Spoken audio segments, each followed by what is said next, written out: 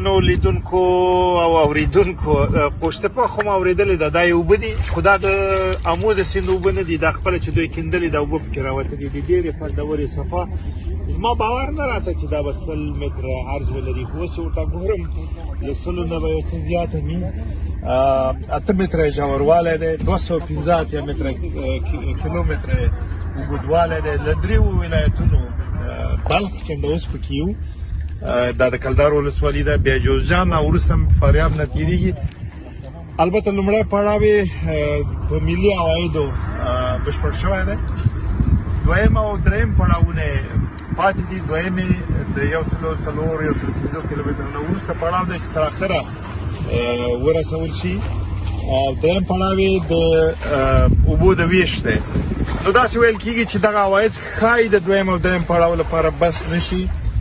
نو که داسې غږ وشو چې راځئ ځینې برخې واخلئ په اجاره یې واخلئ په ارزانه یې واخلئ او پیسې پکې واچوئ زه خو فکر کوم چې د دغه ملت پور دی په خلکو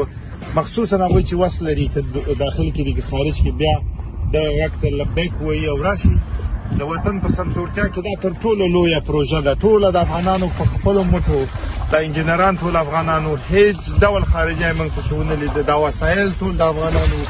دغه پیسې ټولې د افغانانو وي ګډون پکې وکړي زه فکر کوم دا به